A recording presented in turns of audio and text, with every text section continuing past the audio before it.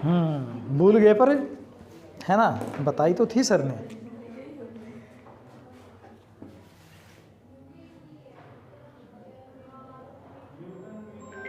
नहीं, ये बात आपकी ठीक है, बट चीज़ें तो आपको बतानी पड़ेगी ना। मैकेनिज्म तो मैकेनिज्म होता है। पता है वो पूरा हाँ, वो पूरा लिखना पड़ेगा। आपने क्या किया भाई?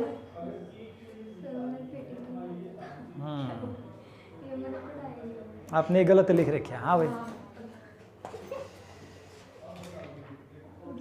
ठीक है। देखिए फिर से मैं एक बार रिपीट कर रहा हूँ। वुड्स में क्या था? 2CH3X कोई भी हो सकता है, मीन्स हेलोजन हो सकता है, तो Cl ले लिया हमने। इसके अंदर क्या डालना है? सोडियम डालना है 2 टाइम्स, और ड्राई ईथर की प्रेजेंस में आप यहाँ से CH3 एल्केन की फॉर्मेशन करते हो प्लस 2NaCl, ये अपने पास फॉर्मेशन हो जाती है। ठीक है। जबकि आप फिटी के केस में थोड़ी सी कंडीशन चेंज है, वहाँ पर आप एराइल हलाइड का यूज़ करते हो। किसका? Aryl halide 2 times, same 2Na और ड्राई ईथर, तो यहाँ से 2 रिंग आपस में ऐसे जुड़ जाएंगी। मैंने आपको इसकी ट्रिक भी बताई थी कैसे याद करनी है, और सेम 2NaCl बाहर निकल जाएगा, बताई थी ना। आप इसको कैसे लिख सकते हो? ये आपने 2 रिंग ली एराइल हलाइड, और इसमें Cl है, एक और ऐसे ही Cl मानिए, और एराइल हलाइड लिखिए ऐसे, और यहाँ पर 2Na इस तरह से डाल लीजिए, और आपने इसको यहाँ से निकाल दिया। ये दोनों रिंग आपस में जुड़ गई, तो बन गया अपने पास ये वाली कंडीशन आ गई। यहाँ से ये वाली कंडीशन। समझे या नहीं समझे? ये हमारे पास कौन सी होगी? फिटिंग होगी। थर्ड हमारे पास वुड्स एंड फिटिंग। अब वुड्स फिटिंग में क्या है? दोनों का कॉम्बिनेशन, वुड्स का भी और फिटिंग का भी। एक तो एल्काइल हलाइड CH3Cl, एक एराइल हलाइड, और 2 बार Na डाल दीजिए।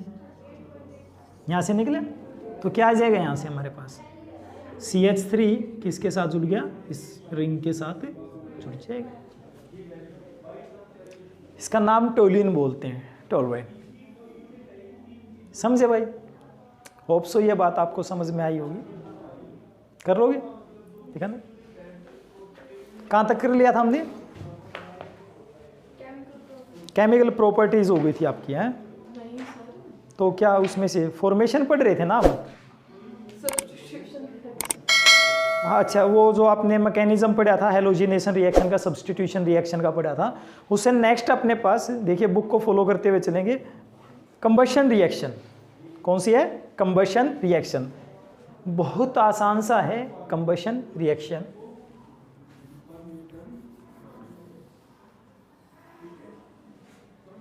उतार लिया भाई।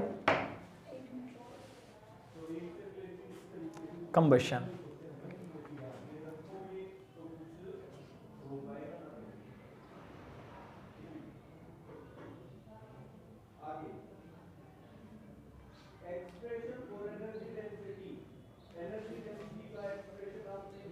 नहीं बेटा, आपने गलत लिखा। पता है, देखा आप लोग ना इसको बीच में से छोड़ देते हो। जो आपने लिखा ना वो साइक्लोहेक्सेन की तरह लिख दिया। हाँ, ये चीज़ लगानी ज़रूरी है। ऑर्गेनिक केमिस्ट्री में एक भी छोटी सी भी गलती छोड़ी, इसका मतलब गलत आपका। वहाँ पर आपको परफेक्ट चीज़ लिखनी पड़ेगी। जितना पूछा गया उतना ही लिखिए, आपको फुल मार्क्स मिलेंगे। ठीक है?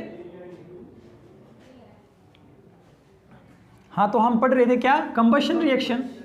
ठीक है, कंबशन है क्या?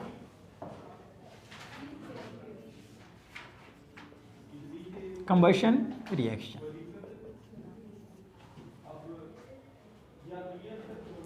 देख, कंबशन का मतलब क्या बेटा? कि किसी चीज़ को आप जला रहे हो, है ना। अब आग कैसे लगा सकते हो किसी चीज़ में? एक कंडीशन है, ऑक्सीजन होना अनिवार्य है, ज़रूरी है। बिना ऑक्सीजन के आप कहीं पे भी नहीं यूज, मीन्स उसको जला नहीं सकते, आग नहीं लगा सकते, है ना। तो ये कंपलसरी है कि आपको कोई भी अगर रिएक्शन आप शो कर रहे हो तो वहाँ पर अपने पास क्या कंडीशन होनी चाहिए, ऑक्सीजन का होना बहुत ही ज़्यादा इम्पोर्टेंट रहेगा। जैसे कि आपने कभी कभार देखा होगा कि आप ना घर पे है जब आग लगा देते हो तो वहाँ पे धुआं ज़्यादा हो जाता है और धुएं में आग नहीं जलती, क्योंकि वहाँ पर कार्बन डाइऑक्साइड की प्रेजेंस ज़्यादा है, ऑक्सीजन की कम है। फिर आप क्या करते हो, फूंक मारते हो, है ना। फूंक मारने से क्या होता है, अब जो आपकी बॉडी के अंदर जो ऑक्सीजन है ना, क्योंकि हम 100% यूटिलाइज नहीं करते, जितनी हमने ऑक्सीजन ली वो ये नहीं कि अपने सारी की सारी ऑक्सीजन अंदर चली जाती है फिर वो यूटिलाइज हो जाती है फिर पूरी वापस आ जाती है। तो हमारे पास क्या होता है कि आपने ली और साथ के साथ जब आप वो फूंक मारे हो ना उसके अंदर, तो उसमें भी क्या आ रही है, ऑक्सीजन आ रही है। फिर वो कुछ तो उसने क्या कर दिया, उस स्पीड को इंक्रीज कर दिया थोड़ा सा, तो वहाँ से टेम्परेचर ज़्यादा हो जाता है ना। आपने फूंक मार के देखा ना, देखा होगा, एक्सपेरिमेंट किया होगा। और थोड़ा सा उसमें क्या कंडीशन आ गई, ऑक्सीजन आ गई, दोनों चीज़ें मिल गई, हीट भी ज़्यादा जनरेट होगी और ऑक्सीजन भी आ गई। इसका मतलब क्या हो गया, वहाँ पर कंबशन होगा। क्या ये बात समझ में आई? तो सबसे पहले हमारे पास कंडीशन दे रखी है कि आप कंडीशन में कोई भी ले सकते हो, या तो गैसियस प्रेजेंस में हो तो गैसियस की कंडीशन में, सॉलिड है तो उसके साथ भी कंबशन होगा, ठीक है, और लिक्विड है तो उसके साथ भी कंबशन होगा। तो हमने सबसे पहले बात किया कि हमारे पास CH4 जो कि एक गैस है, जो कि मीथेन आपके पास, आपने इसकी रिएक्शन करवाई किसके साथ, O2 के साथ। एक चीज़ हमेशा याद रखना ज़िंदगी में, एक चीज़ हमेशा याद रखना, जब भी कभी ज़िंदगी में जब भी अगर हाइड्रोकार्बन का कंबशन होगा तो वाटर और कार्बन डाइऑक्साइड बनेगी। क्या बनेगी, वाटर और कार्बन डाइऑक्साइड। तो यहाँ से एक तो हमारे पास क्या CO2 बनेगी और दूसरा क्या मिलेगा अपने पास, H2O। और ध्यान रखना, आप कहोगे सर जब हम जलाते हैं तो पानी तो दिखाई नहीं देता, है ना, ऐसा ही। बट आप ना कोई पेट्रोल वगैरह कोई भी हो, थोड़ा सा ध्यान देना, कभी भी जला के देख लेना, नहीं तो नेक्स्ट टाइम होगा तो हम कोशिश करेंगे यहाँ पे एक्सपेरिमेंट करने की। लगा के देखते हो ना उसमें आगे, तो जैसे ही जलने के बाद बचता हूँ थोड़ा मॉइस्चर बच जाता पीछे, थोड़ा थोड़ा मॉइस्चर। वो मॉइस्चर क्या है, वाटर है। समझ में आई बात? कार्बन डाइऑक्साइड तो चली जाती है वहाँ से, जो मॉइस्चर बच जाता है वो मॉइस्चर क्या होता है आपके पास, वाटर आ जाता है। अच्छा, साथ के साथ ये तो नहीं है कि वो अकेला ये दोनों चीज़ें आते हैं, एक चीज़ और भी प्रोड्यूस करता है, क्या, सर्दी में बड़ा अच्छा काम चलता है, हीट, है ना। तो इसका मतलब हीट एनर्जी तो बाहर आती है। तो बुक के अंदर ना आपको एंथैल्पी की फॉर्म में दे रखा हुआ, हीट की फॉर्म में होता है। बेटा जब आप इसको यूटिलाइज करते हो, इसको जलाते हो, तो आपके पास कितना आता है, इसको बैलेंस करोगे तो कितना आएगा आपके पास, ये कंडीशन आएगी। और इस कंडीशन की बात करो तो देखो यहाँ पर लिख रखा है कि जो डेल H होगा, ठीक है, एंथैल्पी बोलते हैं बेटा इसको, ठीक है, जो हीट है आपके पास यहाँ पर एंथैल्पी की फॉर्म में है, तो कितना आएगी वो देख करके -890 किलोजूल पर मोल, किलोजूल पर मोल, ठीक है, कितनी है, 890 किलोजूल पर मोल। देखो ये स्पेसिफाई नहीं कि आपको याद रहे या नहीं रहे, बट फिर भी यहाँ पर एक साइन जरूर याद रखना है, नेगेटिव। इस नेगेटिव का बड़ा ही इंपॉर्टेंट रोल है। अगर हीट कभी भी बाहर निकलेगी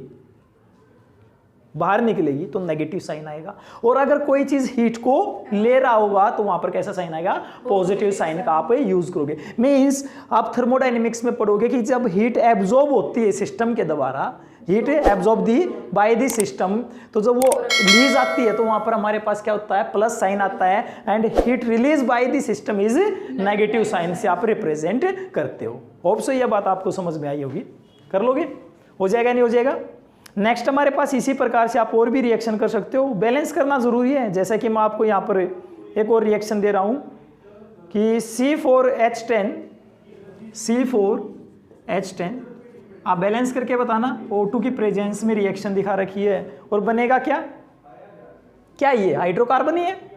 हाइड्रोकार्बन का हमेशा कंबशन क्या देगा, दो चीजें, दो नहीं तीन, कौन कौन सी, एक CO2 एक H2 और एक हीट। तो एक तो CO2 और एक H2O और तीसरा हीट देगा। अब देखिए यहाँ पर कम कार्बन थे तो कम हीट निकली, ज़्यादा होंगे तो ज़्यादा निकलेगी ऑब्वियसली, तो हीट निकली बेटा 2875 किलोजूल पर मोल, ठीक है, 2875.84 लिख रखे किलोजूल पर मोल। देखो हो गई ना, ज़्यादा वैल्यू बढ़ गई ना, समझ में आई बात। और ये हमारे पास कम थी तो इसका मतलब ज़्यादा देगी। इसको बैलेंस करोगे तो कैसे करोगे?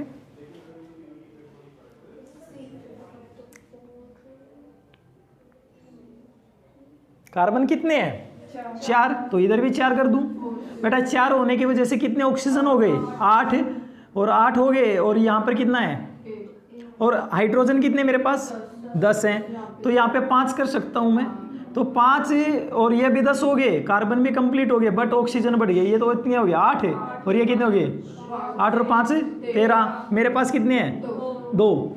8 और 5 13, 2 तो 12.5 में से 6.5 है ना, 6.5 बोल सकता मैं। तो 13/2 6.5 ये लिख सकते हैं। तो यहाँ पर 13/2 तो 6.5 आपके पास मिल जाएगा। नहीं समझे? हो जाएगा पॉइंट। हाँ, फ्रैक्शन में कर सकते हैं, जलाने के लिए यूज़ कर सकते हैं। कभी कभी हमारे पास ऐसा भी आएगा, इनकम्प्लीट कंबशन होता है। कभी कभार आपने देखा होगा कोई चीज़ जब ज़्यादा नहीं जलती ना तो वो धुआं ज़्यादा देती है, उसको इनकम्प्लीट कंबशन बोलते हैं, और वहाँ पर कार्बन मोनोऑक्साइड निकलती है, वही जहरीली गैस होती है बेटा।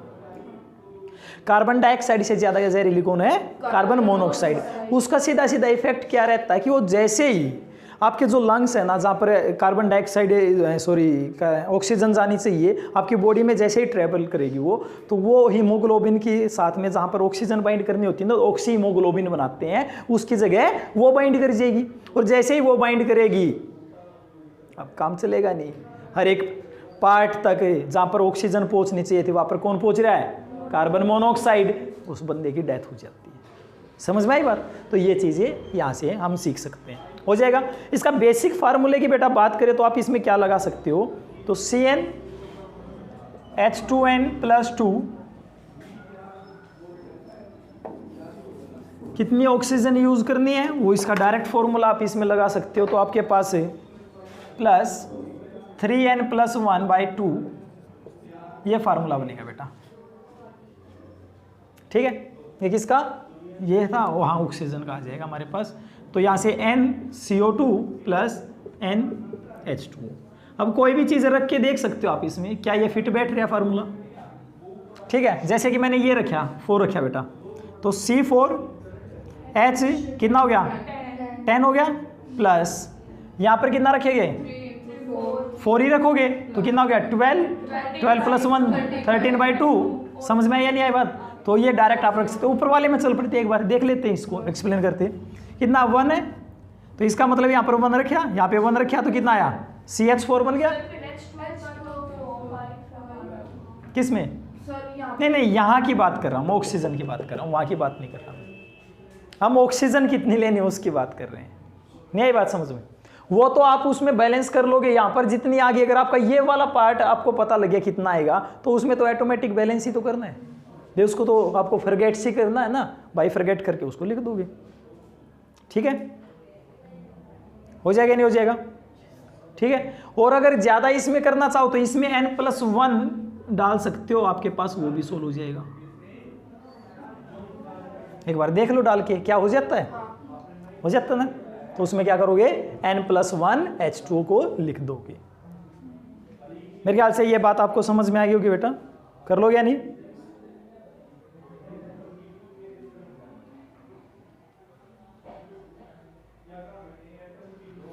ठीक है। जब आपके पास इनकम्प्लीट कंबशन होता है, ध्यान से सुनना, इनकम्प्लीट कंबशन का मतलब जब प्रॉपर अमाउंट में ऑक्सीजन ना मिले तो ब्लैक कलर का थोड़ा सा जो धुआं होता है वो उस तरह से निकलता है उसमें से, तो ब्लैक कार्बन ब्लैक की फॉर्मेशन होती है। तो जो आपने देखा होगा जो प्रिंटिंग मशीन होती है ना, यहाँ पर वही चीज़ें यूज़ में आती हैं। समझ में आई बात? जो प्रिंटर वगैरह प्रिंटिंग मशीन आती है जहाँ से प्रिंट निकालते हैं ना, वो सारी इनकम्प्लीट कंबशन की वजह से जो बनता है वहाँ से ही आता है हमारे पास। नहीं समझे? तो कहाँ से आता वो? जब इनकम्प्लीट कंबशन होता है। प्रिंटर की इंक बोल सकते हो, या फिर जो आपके पास ब्लैक पिगमेंट होता है, कोई फिल्टर्स वगैरह बनाने होते हैं तो उस टाइम इनका यूज़ होता है। बट वहाँ पर ध्यान ये रखना होता है कि हमारे पास कंप्लीट कंबशन नहीं हुआ है। ठीक है। अब जैसे कि मैं यहाँ पर भी बात करता हूँ कैसे आप इसको दिखा सकते हो। जैसे कि CH4 दे रखा है बेटा +O2। अब एक्सेस में नहीं है हमारे पास, तो इनकम्प्लीट कंबशन का हो गया आप इसका। तो इनकम्प्लीट कंबशन में क्या होगा? इनकम्प्लीट कंबशन, यहाँ से कार्बन अलग हो जाएगा और ये हाइड्रोजन इसके साथ मिलके H2O को अलग कर देंगे। तो ये जो कार्बन मिला ना, ये वाला कार्बन, ये कार्बन किसके तौर पर यूज करोगे आप? इंक के, है ना, मैन्युफैक्चर ऑफ जो इंक होती है उसकी तरह आप इसका यूज करोगे। हो जाएगा? कोई डाउट भाई? कर लोगे या नहीं? ठीक है, फिर से बताऊं। तो ये फार्मूला अपने को याद रखना, इस तरह से इससे आप डायरेक्ट निकाल सकते हो, इसमें पजल नहीं होगे कभी भी लाइफ में कि कितने ऑक्सीजन जोड़ने किस तरह से होता है, तो वो आपके लिए एक बेनिफिशियल रह सकता काफ़ी। और दूसरा, इनकम्प्लीट कंबशन का ध्यान रखना कि कार्बन की फॉर्मेशन हो जाती है, और ये जो कार्बन आप प्रिंटिंग जो मशीन होती है इनमें जो इंक डाली जाती है उसके लिए यूज़ करते हो जाएगा? मिटा दें। नेक्स्ट है बेटा अपने पास कंट्रोल्ड ऑक्सीडेशन, या फिर कंट्रोल्ड, हाँ ऑक्सीडेशन है, कंट्रोल्ड ऑक्सीडेशन। कंट्रोल्ड कैसे करोगे? कंट्रोल्ड ऑक्सीडेशन,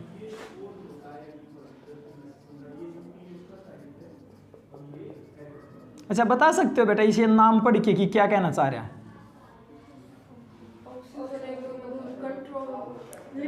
लिमिटेड, लिमिट में ना, क्योंकि देखिए ऑक्सीडेशन क्या था? Addition of oxygen, removal of hydrogen, यही था ना। या फिर आप इलेक्ट्रॉन से भी बता देते थे कि जैसे हमारे पास रिमूवल ऑफ इलेक्ट्रॉन होता तो ऑक्सीडेशन होता, पॉजिटिव चार्ज का इंक्रीज हो जाता है। बट यहाँ पर हम क्या कह रहे हैं? कंट्रोल्ड ऑक्सीजन, मीन्स ऑक्सीडेशन को आप कंट्रोल कर रहे हो तो क्या चीज़ बनेगी? देखिए बेटा CH4 वही चीज़ है प्लस O2। अब ये आपने पढ़ा कि अगर फुल कंबशन हो जाता है कंप्लीट तो क्या बनता था? कार्बन डाइऑक्साइड और H2O कंप्लीट हो जाता है। तो बट अब की बार का ऑक्सीडेशन को कंट्रोल में कर लेना है, तो कंट्रोल में करने के लिए हमने क्या किया? यहाँ पर कॉपर डाल लिया बेटा एज ए कैटलिस्ट। क्या डाल लिया? कॉपर। और हीट को भी हमने लिमिटेड किया, कितना टेम्परेचर दिया? 523 केल्विन। कितना दे दिया? 523 केल्विन। और 100 एटमॉस्फेरिक प्रेशर रख दिया, 100 एटमॉस्फेरिक प्रेशर हमने रख दिया। तो जैसे ही इसने कहा कि अगर आप कॉपर के प्रेजेंस में कर दोगे ना इस रिएक्शन को, जला तो रहे हो बट किसकी प्रेजेंस में? कॉपर की प्रेजेंस में कर दिया, तो यहां से अब की बार तो कुछ और ही बन के आएगा, जैसे कि हमारे पास बन गया CH3OH, जिसको बोल दिया मिथेनॉल। क्या बन गया? Methanol.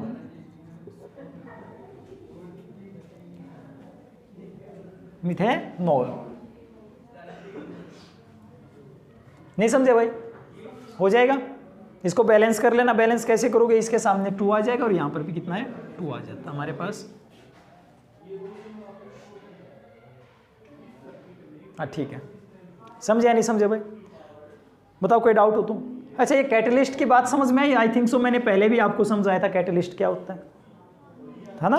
Catalyst are the substance which take part in the chemical reaction but not come in the product, जो कि प्रोडक्ट में नहीं आते बट किसमें? रिएक्शन में पार्टिसिपेट जरूर करते हैं, उसको क्या बोलते हैं आप?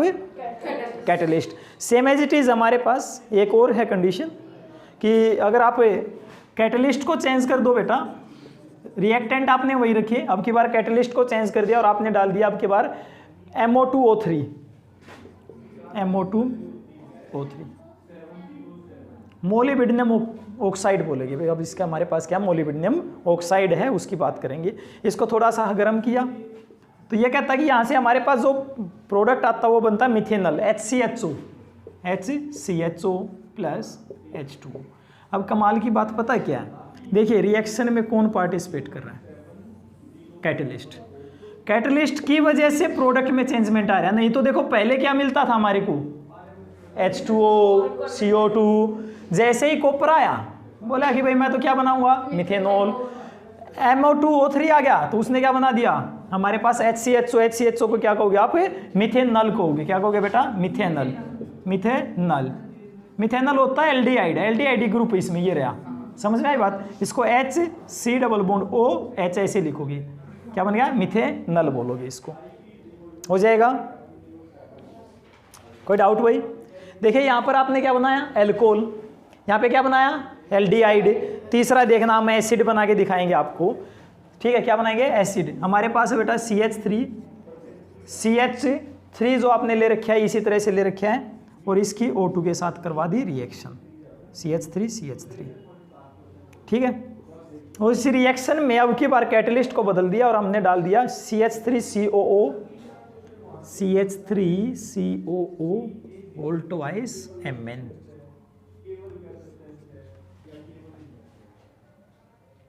ठीक है, इसको हीट किया तो हमारे पास अब की बार कंडीशन चेंज हुई और उसने दिया इथेनोइक एसिड CH3COH। समझे भाई? अब देखो कमाल की बात नहीं, आपको अजीब सा लग रहा होगा या फिर इंटरेस्टिंग चीज़ भी काफ़ी है कि आप जब इसको देख पा रहे हो ना कि हमारे पास कंडीशन में क्या क्या दे रखी, बैलेंस इसको करोगे तो इसके सामने 2 आएगा भाई, इसके सामने 2 आएगा और वहाँ पर भी हमारे पास 2 आएगा। कमाल की बात ये है कि देखिए आप कैटलिस्ट को चेंज करते जा रहे हो और आपके पास नया नया प्रोडक्ट आता जा रहा है ना? नहीं तो अगर हम इसकी बात करें तो नहीं तो स्टार्टिंग में तो क्या चीज़ है, एक ही जैसी चीज़ दिख रही है, यहाँ पर भी हाइड्रोकार्बन, ये भी हाइड्रोकार्बन, ये भी हाइड्रोकार्बन है, ऑक्सीजन के प्रेजेंस में काम चल रहा है। बट किसने, एक कैटलिस्ट की वजह से हमारे पास प्रोडक्ट क्या रहा है, ये एल्कोहल मिला, ये एल्डिहाइड मिला, ये एसिड मिल गया। क्या बन गया? एसिड मिल गया। नहीं समझे? नहीं समझे भाई? हो जाएगा? बताओ कोई डाउट हो तो कर लोगे? अगर एक चीज और भी हमारे पास बेटा, एक है CH3CH 2 मिथाइल प्रोपेन। लिखोगे 2 मिथाइल प्रोपेन क्या होता है? 2 मिथाइल प्रोपेन कैसे लिखोगे? 2 मिथाइल प्रोपेन।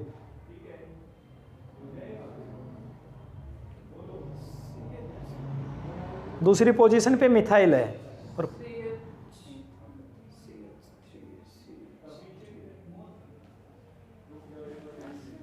CH3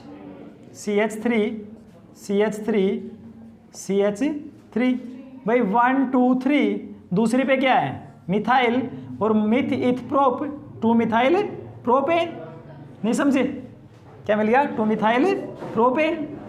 बताइए कोई डाउट हो तो? ये कहता है बेटा अगर हमारे पास 2 मिथाइल प्रोपेन दे रखा, अगर हम इसके अंदर एक KMnO4 नाम का KMnO4 पोटाशियम परमैंगनेट डाल दे, क्या डाल दे? Potassium permanganate. ध्यान में रखना बेटा, जिंदगी में 12th में भी काम आएगा। KMnO4 एक ऑक्सीडाइजिंग एजेंट है। कैसा है? Oxidising agent. दूसरे का ऑक्सीडेशन करेगा, खुद का रिडक्शन होता, तो इसको ये ऑक्सीजन सप्लाई करेगा। इसको क्या करेगा? ऑक्सीजन सप्लाई करेगा। यहां से एक ऑक्सीजन उठ के इसके बीच में आ जाएगा तो बनेगा हमारे पास CH3O और H। क्या बना ये? एल्कोहल। क्या बना? एल्कोहल। होप सो ये बात आपको समझ में आई होगी भाई, कर लोगे?